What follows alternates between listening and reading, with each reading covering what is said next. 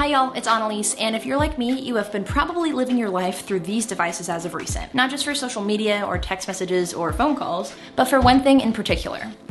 Video calls. Now, whether you're a student, you're working from home, or you're just trying to socialize in this time of isolation, you know the importance of a good video call. Being somebody who considers themselves to be pretty good at this whole video thing, you know, YouTube and such, I know the basics of what it takes to make a good video and audio experience. I also understand that not everybody has the perspective or experience that I do. So that's why I decided to make this very video. In this video, I'm going to be showing you some hopefully helpful, free, and very easy ways to make your video calls the best that they can be. I'm breaking this video into 3 sections: video, audio, and general tips. The timestamps for those sections are here. They're also in the description, so you can feel free to jump around as you please. And now without further ado, let's get into video. I would say one of the #1 most important things when it comes to video is the lighting. Now, of course, you can have fancy lights like this one, or you can use a lamp, but the best lighting you're gonna be able to use is daylight. I'm actually filming this video in front of a window right now, and that's how I do most of my videos, with daylight, because daylight looks natural and it looks the most even. So when you have the chance, if you're taking a video call, take it near an open window. Of course, you don't wanna be right up on the window, because then you're gonna get a lot of sun in your face, but if you take a little bit of a step back, I'm about 3 feet away from my window. You can see I'm nice and evenly lit, and it looks natural and nice. And most importantly, I can be seen. The most important thing to remember when it comes to lighting yourself during your videos or video calls is that you should be facing your light source and your camera should be in between you and your light. So right now, I'm standing here, the camera is in front of me, and my window is almost directly behind my camera. If that concept of having your camera in between you and your light source makes sense to you, go ahead and skip to this timestamp. If that doesn't make complete sense, stick around because I'm gonna go ahead and explain that a little bit deeper. Okay, so for this explainer, I'm going to be using my ring light as an example of the sun or whatever light source you're using, whether it be a lamp or a light like this. If I have my light source facing me, you can see that my entire face is clearly and evenly lit. Now, if I were to have my light source on the side of me, you can see that 2 problems have been created. One side of my face, where the light source is nearest to, is now blown out. There's no detail and it just looks really bright and really white. The other side of my face, where the light source is not facing, is really dark and it's created a whole bunch of shadows and I've lost more detail in my face. Now, if I were to put my light source behind me and have my camera in front of me, you can see that 2 problems have been created. First of all, that whole bright side of my face thing is now the back of my head. So the back of my head is really well lit, which is great if a camera was facing there. Now, as you can tell, the front of my face is darker and you have no detail or definition within your face. Another tricky thing is when you're doing like a video call, typically the camera tries to pick up on the brightest thing in the picture. So with this situation, I've created a halo around my head and a really dark space on my face. So the camera is going to try to pick up all that light that's around me, and it's not going to pick up any light that's on my face because there is none. So just remember, when it comes to lighting your video calls or any videos you might be taking of yourself, your camera should be in between you and your light source. You should be making a light source and you sandwich. I know it's weird, but you're not going to forget it. Now let's say it's dark outside and there is no beautiful natural daylight that you can use to light yourself in your video calls. What are you gonna do? The next best thing you can use is a lamp. I have this little desk lamp here, but honestly, anything that articulates or moves will be perfect for this. Now, you might be tempted to point the light directly on your face. That makes sense. My face is dark, let's point the light straight on my face. Like I've mentioned, I have a lot of equipment, so I'm going to use this tiny light to show you an example of something. But this works with a desk lamp, this works with a house lamp, it works with any light, especially ones that can be articulated or pointed in certain directions. So I'm gonna turn my big fancy light off, and you can see how actually dark it is in here. Now, if I take my tiny light and turn it on, my face looks very bright. Once again, it's kind of blown out. This is a little bit of an exaggeration, but also I'm looking straight into a light and it's dark everywhere. I can barely see the camera right now. It's not a good time. So instead of pointing your lamp directly into your face, try turning it away from you. But not just anywhere. Ideally, you want to point that light towards a white wall or a surface. This is called bouncing light. The reason why you don't want to just point the light anywhere is because the light will just go anywhere. However, if you have a light colored or white wall behind you, you can point the light into the white, and what white surfaces or lights do is they reflect light back at you. That's why if you've ever been to like a photo studio, you might see a big circle that is just white or silver or some light color and light's pointing directly into it, that process is called bouncing light. It helps create a more even and softer lighting look, as you can see right now. So yes, I might not be as bright as before. However, you can see all of my face and all of the detail in my face, which is the most important part. Just so you can see, this is what my setup looks like right now. I have my lamp pointing onto my white door and my camera facing me. Now I know that this situation here is not super realistic, so how about I show you a more realistic situation? So it's 11 o'clock at night right now, and the lighting situation is not too bad, especially since I have a nice daylight light bulb in my ceiling light. However, I'm going to use that lamp light bounce technique that I just showed you, and you'll see how much better my face is gonna look.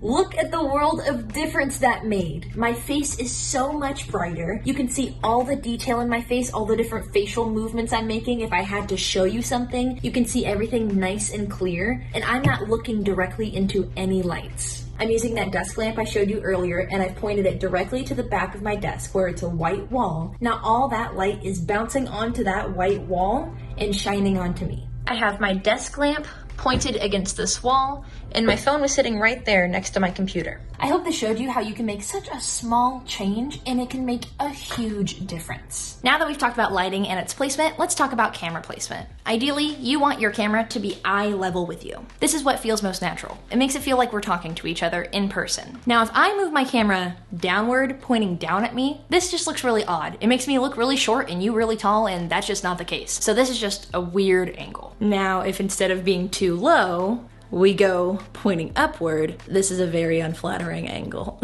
Now, if you have the camera pointing up at you, it's bad for two reasons. One, this does not look good on anybody. This is a very unflattering angle. And secondly, it's a straight up the nose shot. Nobody wants that. The last thing you want is to be notified that you have a bat in the right cave during like a business meeting. Not a good angle, but if we move down to eye level again, this feels natural, this feels right, this is comfortable. Now, if you're using a computer or a laptop, the webcam is typically higher, so it's closer to eye level. However, if you're using a smartphone, things like tripods can be really handy. I understand that most people do not have things like that. So I've come up with a great way to prop your phone up safely and securely. All right, students, well, you might not have a tripod, but I guarantee you have at least a couple of these objects. Here, I have some canned corn and canned green beans, a bottle of conditioner, and 2 Kleenex boxes. You don't need all of these things, I'm just showing you some variety. The key to this stand is to have 2 larger than your phone things on the bottom and 1 thing that is heavier than your phone on the top. First step, take your tissue boxes and put them in a V shape. The reason why they need to be in a V is so that way it can still hold the edges of your phone without blocking the bottom. This is typically where your speaker is going to live. Next, you're going to take your object that is heavier than your phone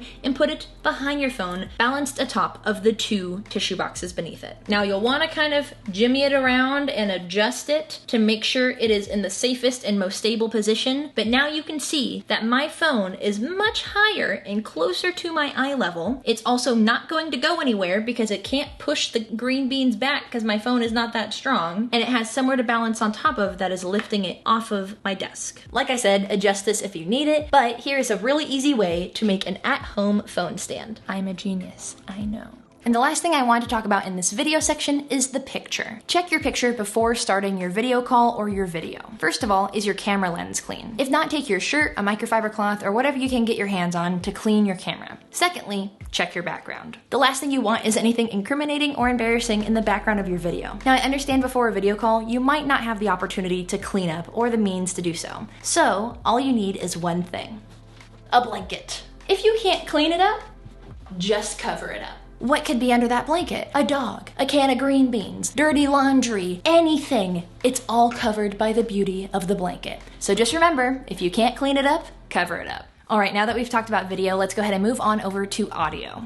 Now, when it comes to audio, it is a little bit tricky to perfect. However, there are a few really simple and easy things you can do to improve your audio just a little bit. First, remember that blanket that we used earlier? Hopefully you have too, because blankets can be great for sound dampening. If you have a really bad echo issue, I would suggest getting a blanket or something soft like pillows or a comforter and throwing it on the ground. Now, in this situation, I might want to use more than just one blanket to cover just that section because there's a lot of hardwood in my room. However, something as simple as throwing a blanket on the the ground can really help an echo issue. Now, honestly, echo is not that big of an issue from what I've experienced with my video calls. The biggest issue is clarity. When it comes to clarity of your audio, there are a few things you need to keep in mind. First of all, if you're using a set of headphones as your audio source, make sure you're aware of where the microphone is and not to touch it. The most frustrating thing that I've experienced as of late is that my friends who have like the Apple headphones that come with your phone and they have the microphone that hangs right below your chin, they constantly touch it or push it, or their hair gets in it, and if their hair gets in it, it muffles the sound. If you're touching it, it's a really scratchy sound, and especially if the person on the receiving end of your audio is using headphones, it can actually really hurt. So just keep in mind when you're using any sort of headphone, be aware of where that microphone is and try to avoid touching it at all costs. Secondly, make sure your doors and your windows are closed. I live on a main road, and so I have a lot of issues with not only my video calls, but with my YouTube videos of getting interference from the sound of the road. But by just closing my windows and my doors, it actually helps that issue a lot. This is also really important if you live with other people or with animals. By having your doors closed, you're not going to get any other interference from your family, conversations people might be having in the other room, or the sound of your birds chirping or your dogs barking. Or at least it will reduce that sound just by a little bit. And lastly, if you're taking a video call in your bed or on any sort of soft surface,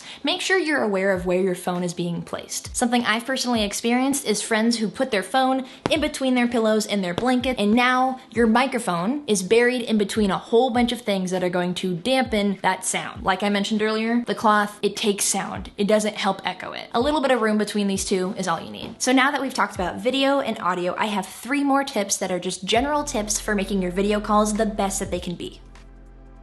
First of all, have your dang device charged. I know I have been guilty of having a nearly dead phone and then it dies in the middle of a FaceTime call with a friend, and then you leave somebody on a really juicy cliffhanger. Just make sure you have your phone or your devices charged. I hope you would think about that before you have a really important call, but just make sure all of those devices have got enough juice to last you your call. Next, if you live with people, I highly recommend letting them know in advance before you have a video call, especially if it's an important one. Now, of course, the lives of everybody in your household can't be on hold just because you have a Zoom meeting, but if you compromise with the people that you live with, it can potentially provide a better experience for your video call. And lastly, put your device on Do Not Disturb if it's capable, or any sort of silent mode. This will just help prevent any interruptions from things like social media dings, text messages, or spam phone calls. So there you have it, y'all. Some simple, free, and hopefully helpful ways to make your video calls the best that they can be. And of course, everything that I mentioned in this video applies to video as well. I know some people are having to do video auditions or video projects for their classes, and you can utilize every tip that I showed you in this video for recording standard video. Hopefully this video was helpful for you, and if it was, hopefully it will be helpful for somebody else.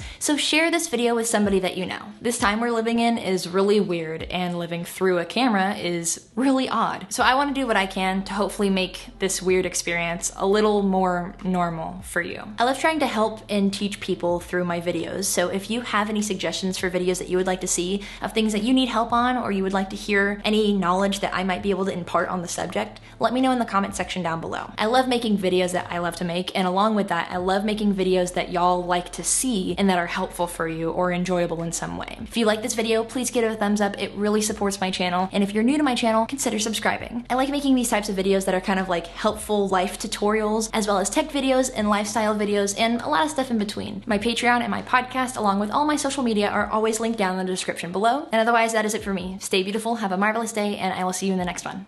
Bye!